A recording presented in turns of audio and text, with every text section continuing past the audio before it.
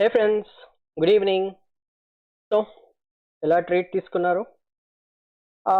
మీరు అబ్జర్వ్ చేశారో లేదో నాకు తెలియదు కానీ నిఫ్టీలో సెకండ్ హాఫ్ మన సెటప్ అన్నది వచ్చింది. ఎవరైతే ట్రేడ్ తీసుకొని ఉంటారో ఇలాంటి స్లో గోయింగ్ మార్కెట్లో కూడా మంచి పాయింట్స్ అనేది గ్యాదర్ చేసి ఉండాలి వితౌట్ అ స్టాప్ లాస్ అన్నమాట. చాలా మంచి మూవ్ అనేది వచ్చింది సెకండ్ హాఫ్లో మాత్రమే, ఫస్ట్ హాఫ్లో మాత్రం రాలేదు. సో అది ఎక్కడ ఏంటి అన్నది చూస్తాము.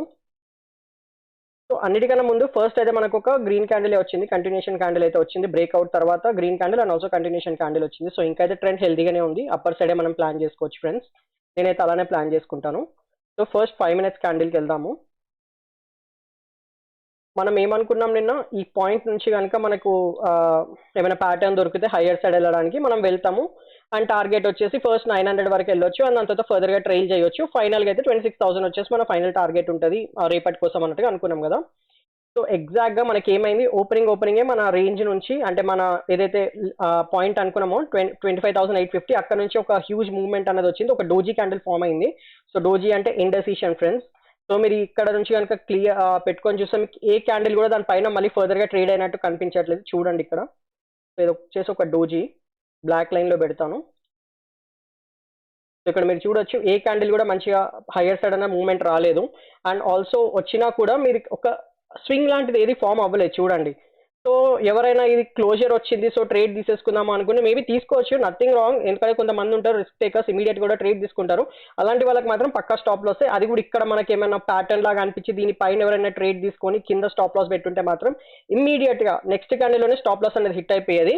సో ఇక్కడైతే మనకు కంప్లీట్ గా వాలటైలిటీ ఎక్కువ ఉంది. అండ్ ఆల్సో ఫర్దర్ గా మొత్తం డౌన్ ట్రెండ్ వచ్చేసి ఇక్కడ ఎగ్జాక్ట్ గా మనకు 11:45 కి ఒక వెరీ క్లియర్ క్యాండిల్ అన్నది ఫామ్ అయింది. అండ్ దాని తర్వాత కూడా కంటిన్యూషన్ వచ్చి ప్రీవియస్ స్వింగ్ ని బ్రేక్అవుట్ ఇచ్చింది అనమాట. సో ఇక్కడ నుంచి మనకు కన్ఫర్మేషన్ వచ్చింది. సో అది ఎలా ఐడెంటిఫై చేయొచ్చు కూడా మీకు చెప్తాను. సో ఎప్పుడైనా ఇలాంటి స్లో గోయింగ్ మార్కెట్ ఉందనుకోండి, మీకు అర్థం కాలేదనుకోండి 5 minutes క్యాండిల్లో మూవ్మెంట్స్ అండ్ ఆల్, మనకి ఇక్కడికి అర్థమైపోవాలి స్లో గోయింగ్ మార్కెట్ అని 10-10 వరకే మనకు అర్థమైపోవాలన్నమాట. ఫస్ట్ ఆఫ్ ఆల్ ఇలాంటి హయ్యర్ సైడ్ విక్స్ అన్ని ఫామ్ అవుతుండే మల్టిపుల్ డోజెస్, ఇదొక డోజీ ఫస్ట్ 3 క్యాండిల్స్ మొత్తం డోజీసే ఫామ్ అయినాయి. సో మనకి ఇక్కడ అర్థమైపోవాలి ఇక్కడ ఒక డోజీ, ఇన్ని డోజీస్ ఫామ్ అవుతున్నాయి అంటే పక్క మార్కెట్ ఇండెసిషన్ లో ఉంది. సో సైడ్ వేస్ వెళ్ళొచ్చు, లేకపోతే రిస్కీ మార్కెట్ అని మనకు అర్థమైపోవాలన్నమాట. డోజీ అంటే ఇండెసిషన్, అంటే ఎవరికి క్లారిటీ లేదు నెక్స్ట్ ఎట్ వెళ్తుంది అన్నది. సో ఇలాంటి సిచ్యువేషన్స్ ఉన్నాయి. అండ్ ఆల్సో బ్యాంక్ నిఫ్టీ మీరు చూడొచ్చు, మనం అనుకున్న జోన్ కన్నా కింద సైడ్ ఓపెన్ అయింది. అంటే నిఫ్టీ పైకి వెళ్ళడానికి ట్రై చేస్తుంది, బ్యాంక్ నిఫ్టీ ఏమో కింద సైడ్ ఓపెనింగ్ అనేది వచ్చింది. సో ఇవన్నీ చూస్తే మనకు క్లారిటీ రావాలి. ఇలాంటి సిచ్యువేషన్ మనం ఎలా ట్రేడ్ తీసుకోవచ్చు అంటే 15 minutes క్యాండిల్కి వెళ్దాం. 5 minutes వదిలేసేయండి. 15 minutesకి వెళ్ళిన తర్వాత మీరు ఇక్కడ చూడొచ్చు ఏ క్యాండిల్ కూడా మన గ్రీన్ పైన రెడ్ పైన క్లోజర్ అనేది ఇవ్వలేదు. ఇక్కడ నుంచి ఇది ఒక లాంగ్ విక్ తో రిజెక్షన్ వచ్చింది, దాని తర్వాత మొత్తం రిజెక్షన్స్. ఇక్కడ ఒక గ్రీన్ క్యాండిల్ ఫామ్ అయింది కానీ రెడ్ ని బ్రీచ్ చేయలేదు అనమాట. ఎగ్జాక్ట్ ఇక్కడికి వచ్చిన తర్వాత మీరు చూడొచ్చు మనకి ఈ ప్యాటర్న్, మన ట్రెండ్ లైన్ ఒకటి ఉంది కదా, ఈ ట్రెండ్ లైన్ ఒకటి మీకు సపోర్ట్ లాగా యాక్ట్ చేస్తుంది అనమాట. ఇక్కడ నుంచి మనకు ఒక క్లియర్ ఇండికేషన్ అనేది వచ్చింది.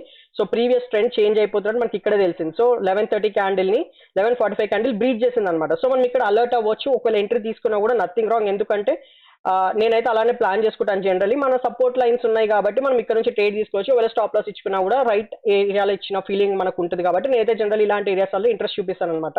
సో ఇక్కడ తీసుకోవడం రాంగ్ అని కాదు, బట్ మన ప్యాటర్న్ ప్రకారం మన ప్రైస్ యాక్షన్ ప్రకారం అయితే నాది అక్కడ ఎంట్రీ అన్న ట్రిగర్ అవ్వదు. సో నాకు ఇక్కడ ఎగ్జాక్ట్ ఎంట్రీ అన్న ట్రిగర్ అవుతుంది. సో దాని తర్వాత కూడా మీరు చూడొచ్చు ఎలా కంటిన్యూ అయింది అన్నది ట్రెండ్. సో ఇక్కడ మనకి హై సైడ్ వెళ్ళింది, మళ్ళీ నెక్స్ట్ ఎగ్జాక్ట్గా రీటెస్ట్, ఈ లెవెల్లో రీటెస్ట్ అనేది తీసుకుని చూడండి. మళ్ళీ నెక్స్ట్ హై బ్రేక్ చేసి మళ్ళీ ఫర్దర్గా హై సైడ్ వెళ్ళింది, మళ్ళీ ఇక్కడ రీటెస్ట్కి వచ్చింది. సేమ్ అంటే ప్రతి హైని రెస్పెక్ట్ చేస్తుంది చూడండి. ఈ హైని రెస్పెక్ట్ చేసి మళ్ళీ నెక్స్ట్ హై వరకు వెళ్ళింది, దాని తర్వాత మళ్ళీ ఇక్కడ ఒక రీటెస్ట్కి వచ్చింది. సో ఇలా ప్రతి స్వింగ్ అన్నది రెస్పెక్ట్ ఇస్తూ వెళ్ళింది అనమాట. సో ఐ హోప్ మీకు అర్థం అవుతుందని నేను అనుకుంటున్నా. హయ్యర్ హైస్ అనేది ఫామ్ అవుతుంది, ఇక్కడ ఒక హై ఫామ్ అయింది, మళ్ళీ కిందికి వచ్చి లోవర్ లో అన్నది ఫామ్ చేయలేదు. అట్లీస్ట్ ఇక్కడ మిస్ అయిన ఎంట్రీ ఇక్కడైనా మనకి మల్టిపుల్ ఎంట్రీస్ అనే ట్రిగర్ అని ఇక్కడ నుంచి కూడా మనం ఎంట్రీ ప్లాన్ చేసుకోవచ్చు. స్టిల్ ఒకవేళ ఇక్కడ నుంచి ఎంట్రీ ప్లాన్ చేసుకుంటే కూడా స్టాప్ లాస్ అనేది దీని కిందనే పెట్టుకుంటాను, బికాస్ ఐఎమ్ కన్జర్వేటివ్ ట్రేడర్ అనమాట. ఇంత కింద పెట్టేసుకుంటే most of the times options లో మనకి హిట్ అయ్యే ఛాన్స్ ఉంటుంది స్టాప్ లాస్. అందుకోసం నేను మెయిన్ గా దీని కిందనే పెట్టుకుంటాను. ఒకవేళ మధ్యలో ఎక్కడో ట్రేడ్ దొరికింది అనుకోండి, అది డిఫరెంట్. ఇంత పెద్ద స్టాప్ లాస్ పెట్టలేం కాబట్టి నెక్స్ట్ స్వింగ్ కింద పెట్టేసుకుంటాము, ట్రేడ్ తీసుకుంటాం. బట్ ఇక్కడ మాత్రం వెరీ నియర్ కాబట్టి నేను ఇక్కడే స్టాప్ లాస్ అనేది ప్లేస్ చేసుకుంటాను. సో ఇక్కడ నుంచి ఎవరు ఎంట్రీ తీసుకున్నా, ఈ క్యాండిల్ దగ్గర ఎంట్రీ తీసుకున్నా, ఈ స్వింగ్ దగ్గర ఈ రీటెస్ట్ దగ్గర ఎంట్రీ తీసుకున్నా, ఏ బ్రేక్అవుట్ దగ్గర ఎంట్రీ తీసుకున్నా స్టాప్ లాస్ అనేది హిట్ అవ్వకపోయేది. లాస్ట్ ఇక్కడ మాత్రం అంటే 220 నుంచి కొంచెం జిగ్జాగ్ మూవ్స్ ఫామ్ అనే, కానీ ఇక్కడ నుంచి కూడా చాలా హెల్దీ ట్రెండ్ అనేది వచ్చింది ఫ్రెండ్స్. సో మీరు ఎవరైనా అది క్యాప్చర్ చేయగలిగి ఉంటే నాకు కమెంట్స్ ద్వారా తెలియజేయండి. సో రేపటి అనాలిసిస్ కూడా ఆల్మోస్ట్ సిమిలరే ఉంటుంది, పెద్దగా చేంజ్ అయితే ఏమి లేదు. నేను 15 minutesకి మూవ్ అవుతున్నాను మళ్ళీ. So let me remove. But ఒకటైతే గుర్తుంచుకోవాలి, మేజర్ పాయింట్స్ అయితే రేపు రాకపోవచ్చు. కంటిన్యూస్గా 2 days నుంచి నిఫ్టీ చాలా స్ట్రెచ్ అయిపోయింది. సో ఒక డోజీ క్యాండిల్ అయితే మనం ఎక్స్పెక్ట్ చేయొచ్చు. డోజీ నుంచి అట్లీస్ట్ ఒక రెడ్ క్యాండిల్ అయితే ఎక్స్పెక్ట్ చేయొచ్చు. సో రేపు కనుక మనకి ఇట్లా ఫ్లాట్ ఓపెనింగ్ జరిగింది అనుకోండి, ఫ్లాట్ ఓపెనింగ్ జరిగి హయ్యర్ సైడ్ మూవ్ అయితేనైతే ఏమున్నా కూడా టైనీ స్కాల్ప్, అది కూడా దీనిపైన మాత్రమే, అంటే ఈ రోజు హై ఏదైతుందో దీనిపైన మాత్రమే ట్రేడ్ అన్నది ప్లాన్ చేసుకోవచ్చు ఫ్రెండ్స్. నేనైతే అలానే అనుకుంటున్నాను. సో ఈ డాటెడ్ లైన్స్ ఏవైతున్నాయో ఇది ఈ డే హై అన్నమాట. మీరు డైలీ క్యాండిల్ పెట్టుకొని హై మార్క్ చేసుకున్న కూడా ఇదే మీకు వస్తుంది. ఒకవేళ మనకు ఫ్లాట్ ఓపెనింగ్ అయ్యి దీనిపైన కనుక మనకి ట్రేడ్ అవుతుంటే మినీ స్కాల్ప్ అన్నది 26,000 వరకు పెట్టుకోవచ్చు.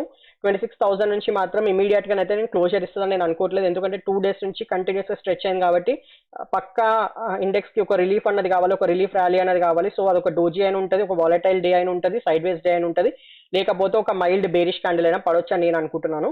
సో దాన్ని బట్టే నేను ట్రేడ్ అనేది ప్లాన్ చేసుకుంటాను. ఆర్ ఎల్స్ రేపు నేను ట్రేడ్ స్కిప్ చేసినా కూడా ఆశ్చర్యం లేదు, బికాస్ ఆల్రెడీ నిఫ్టీ చాలా స్ట్రెచ్ అయిపోయింది, ఈవెన్ బ్యాంక్ నిఫ్టీ కూడా. సో ఒక negative candle or doji candle volatile day అనేది క్రియేట్ అయ్యే ఛాన్స్ ఉంటుంది. బట్ ఎవరైతే ట్రేడ్ తీసుకోవాలనుకుంటున్నారో ఈ రేంజ్ లో కనుక ఓపెన్ అవుతే దీనిపైన మాత్రం ట్రేడ్ అన్నది 26,000 వరకు ప్లాన్ చేసుకోవచ్చు ఫ్రెండ్స్, మన లెవెల్స్ ఎవరైనా ఫాలో అయ్యేలా ఉంటే. అండ్ ఒకవేళ ఫర్దర్ గా డౌన్ సైడ్ అంటే మళ్ళీ సేమ్ ఇక్కడే ఓపెన్ అయ్యి ఫర్దర్ గా డౌన్ సైడ్ వస్తే మాత్రము I will plan for a trade అనమాట. నాకు ఇక్కడ మళ్ళీ ఈ రోజు లాగా ఏమైనా ఆపర్చునిటీ దొరికింది అనుకోండి, అంటే కరెంట్ డే లో మనకి ఇక్కడ ఆపర్చునిటీ దొరికిన, ఈ బ్లాక్ లైన్ దగ్గర ఆపర్చునిటీ దొరికిన, ఇలాంటి ప్యాటర్న్ ఫామ్ అయితే ట్రేడ్ అనేది తీసుకుంటే అప్పుడు నా ఫస్ట్ టార్గెట్ వచ్చేసి ఇది ఉంటుంది, లైక్ ప్రీవియస్ డే క్లోజర్ ఉంటుంది. సో ఇక్కడ ఓపెన్ అయ్యి ఇక్కడికి వచ్చిన తర్వాత ఇక్కడ ఎంట్రీ తీసుకుంటే ఫస్ట్ టార్గెట్ ఇది ఉంటుంది, అండ్ సెకండ్ టార్గెట్ వచ్చేసి ప్రీవియస్ డే హై ఉంటుంది ఫ్రెండ్స్. సో ఇది వచ్చేసి నా సెకండ్ టార్గెట్ ఉంటుంది. ఫర్దర్ బ్రేక్అవుట్ ఇస్తే 26,000 వచ్చేసి అల్టిమేట్ టార్గెట్ ఉంటుంది. సో ఇలా అనమాట. నెక్స్ట్ వచ్చేసి మనకు మేజర్ గ్యాప్ డౌన్. ఒకవేళ మేజర్ గ్యాప్ డౌన్ ఓపెన్ అయినా కూడా ఇది స్ట్రాంగ్ సపోర్ట్, ఇది బ్రేక్ అవ్వదు, ఇది బ్రేక్ అవుతే మాత్రం హ్యూజ్ ఫాల్ వచ్చే ఛాన్స్ ఉంటుంది. So which I'm not interested to capture, I will wait and watch అనమాట. ఒకవేళ మనకి మేజర్ గ్యాప్ డౌన్ ఓపెన్ అయ్యి మళ్ళీ నాకు సపోర్ట్ లాగా యాక్ట్ అయ్యి సేమ్ ఇలాంటి సెటప్ వస్తే మళ్ళీ సేమ్ ట్రేడ్ తీసుకుంటాను.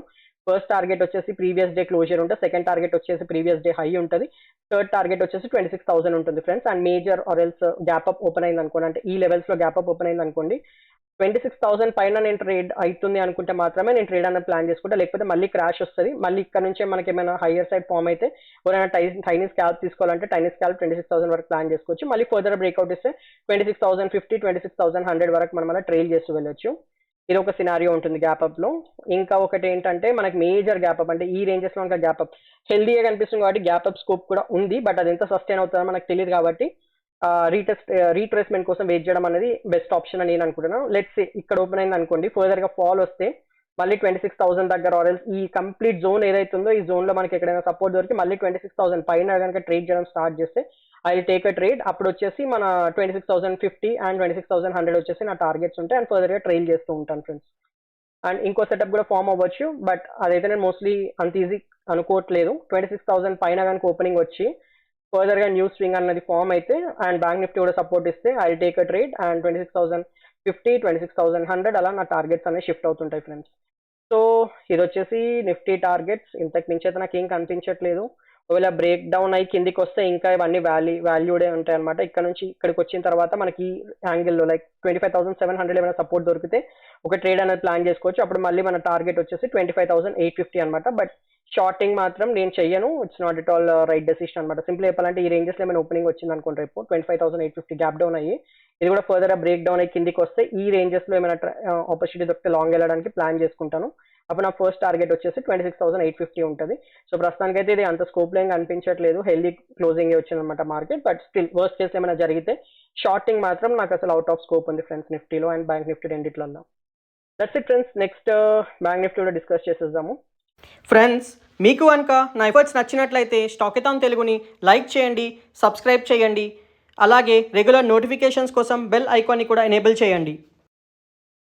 సో ఫ్రెండ్స్ బ్యాంక్ నిఫ్టీ మనం ఏమనుకున్నాము, ఏమున్నా కూడా ఈ ఎల్లో లైన్ పైన మాత్రమే ట్రేడ్ అనుకున్నాం కదా. సో ఆల్మోస్ట్ డే మొత్తం ఎండింగ్ తర్వాత మనకి ఇది బ్రేక్అవుట్ అనేది ఇచ్చింది, అండ్ అది కూడా పెద్ద సస్టైన్ అవ్వలేదు, ఎక్స్పెక్టెడ్ అనమాట. ఇది మొత్తం సైడ్ వేస్ డేనే కంప్లీట్ గా, అంటే మనకి హయ్యర్ సైడ్ మూవ్మెంట్ ఇచ్చింది కానీ చాలా స్లో ఉండే మార్కెట్ అనేది, అండ్ ఎక్కువ పాయింట్స్ అనేది మూవ్మెంట్ ఇవ్వలేదు. మీరు ఇక్కడ చూడొచ్చు డేలో నుంచి క్లోజర్ వరకు చూసుకుంటే it was just like 300 points. అందులోకి వెళ్ళి కూడా చాలా స్లో మూమెంట్ వచ్చింది కాబట్టి ఆప్షన్స్లో పెద్ద ప్రీమియం అన్నది ఇంక్రీజ్ అయ్యే ఛాన్స్ అన్నది ఉండదు ఫ్రెండ్స్. రేపటి ట్రేడ్ మాత్రం చాలా బాగుంటుంది. ఒకవేళ మనకి ఈ రోజు ఓపెనింగ్ కనుక ఈ రేంజ్లో గ్యాప్ అప్ అయ్యి ఇట్లా రీటెస్ట్ అయ్యి ఉంటే మాత్రం బ్యాంక్ నిఫ్టీ రెండు మంచి ట్రెండీ మూవ్ వచ్చేది. ఆర్ఎల్స్ అట్లీస్ట్ బ్యాంక్ నిఫ్టీ పడిపోయి ఇక్కడ నుంచి మనకి ఏమైనా రీట్రేస్మెంట్ ఆపర్చునిటీ వచ్చినా కూడా హెల్దీ మూవ్మెంట్ అయినా వచ్చామట, అట్లీస్ట్ పాయింట్స్ గ్యాదర్ చేయడానికి ఉండేది. బట్ ఎగ్జాక్ట్గా ఈ 5 minutes క్యాండిల్ ఏదైతే ఉందో మనకు నిన్న ఫామ్ అయిన క్యాండిల్ ఉంది కదా 315 క్యాండిల్, ఆ క్యాండిల్ని సపోర్ట్ తీసుకొని హయ్యర్ సైడ్ అన్నది మూవ్మెంట్ ఇచ్చింది. అది చాలా స్లో మూవ్మెంట్ అనమాట. ఆల్మోస్ట్ కంప్లీట్ డే అంతా కూడా అసలు పెద్దగా ఏం వెళ్ళినట్టే కాదు ఇది. సో మనం ఈ రోజు అయితే నో ట్రేడ్ డే అని అనుకోవచ్చు బ్యాంక్ నిఫ్టీలో. సో రేపటిది మాత్రము ఇలా ప్లాన్ చేసుకోవచ్చు ఫ్రెండ్స్. ఇంకా కొన్ని వాల్యూస్ అయితే ఉన్నాయి, లైక్ ఎలిజిబులే ఉన్నాయి. జస్ట్ దానికి నేను ఇంకొక సపోర్ట్ అన్నది యాడ్ చేద్దాం అనుకుంటున్నాను.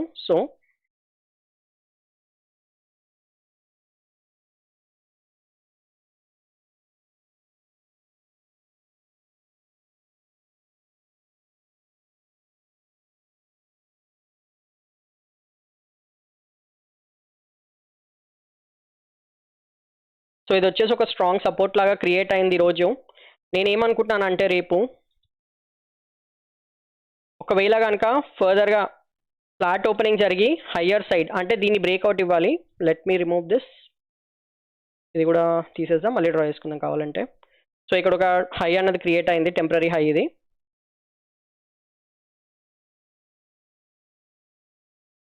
సో సింపుల్ ఉంటుంది రేపటి మార్కెట్ అన్నది.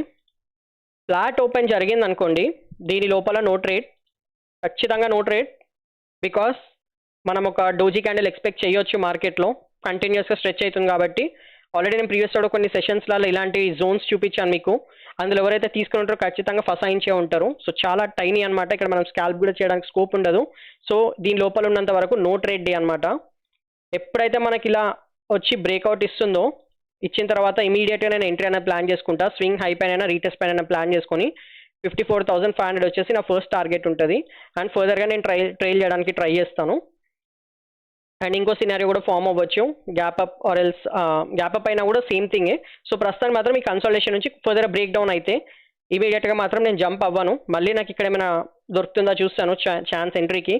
ఇక్కడ దొరికితే I take an entry. First target వచ్చేసి ఇది ఉంటుంది, 54,066 ఉంటుంది, అంటే ఈ రోజు క్లోజర్ అనమాట. అండ్ ఫర్దర్ ఇది కూడా బ్రేక్అవుట్ ఇస్తే మాత్రము 54,100 ఉంటుంది, బట్ 200 ఉంటుంది. But one thing for sure, ఈ 54,066 తర్వాత ఇది మొత్తం వాలటైల్ జోన్ అనమాట. ఎగ్జాక్ట్గా మాత్రం మనం టార్గెట్స్ హయ్యర్ సైడ్ పెట్టుకోలేము, మధ్యలో ఎక్కడి నుంచైనా రిటర్న్ అనేది రావచ్చు.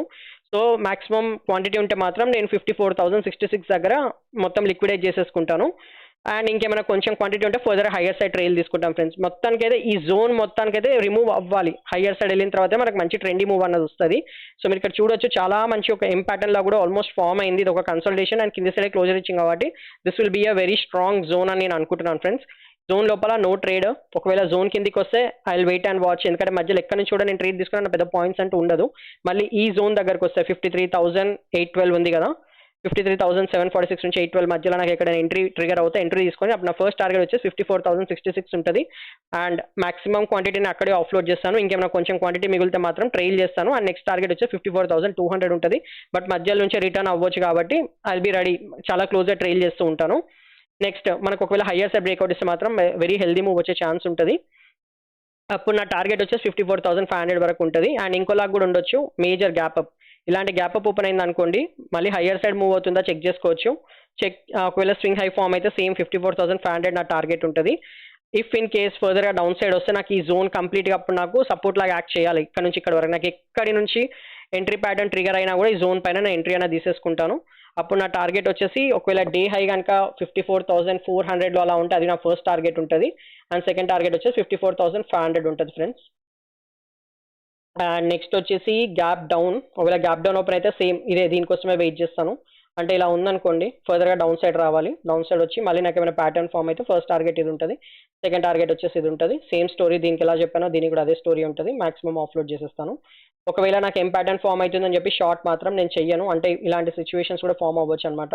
ఇట్లా గ్యాప్ డౌన్ ఓపెన్ అయిన తర్వాత మళ్ళీ పై సైడ్ వెళ్ళి ఇక్కడ నుంచి ఇట్లా ఫాల్ అనేది వస్తుంది. నేను ఇది క్యాప్చర్ చేయను, మళ్ళీ ఇక్కడ నుంచి రిటర్న్ అయ్యేది ఉంటే ఇది క్యాప్చర్ చేయడానికి ట్రై చేస్తాను ఫ్రెండ్స్. ఎందుకంటే ఈ ఫాల్ అనేది స్మూత్గా రాదు, జిగ్జాగ్ వచ్చే ఛాన్స్ ఉంటుంది. అండ్ ఆల్సో కొన్నిసార్లు ట్రెండింగ్ వ్యూస్లో మధ్యలో నుంచి కూడా సపోర్ట్ అనేది క్రియేట్ అయ్యి హైయర్ సైడ్ మూవ్ అవ్వచ్చు. అందుకే జనరల్గా చెప్తారు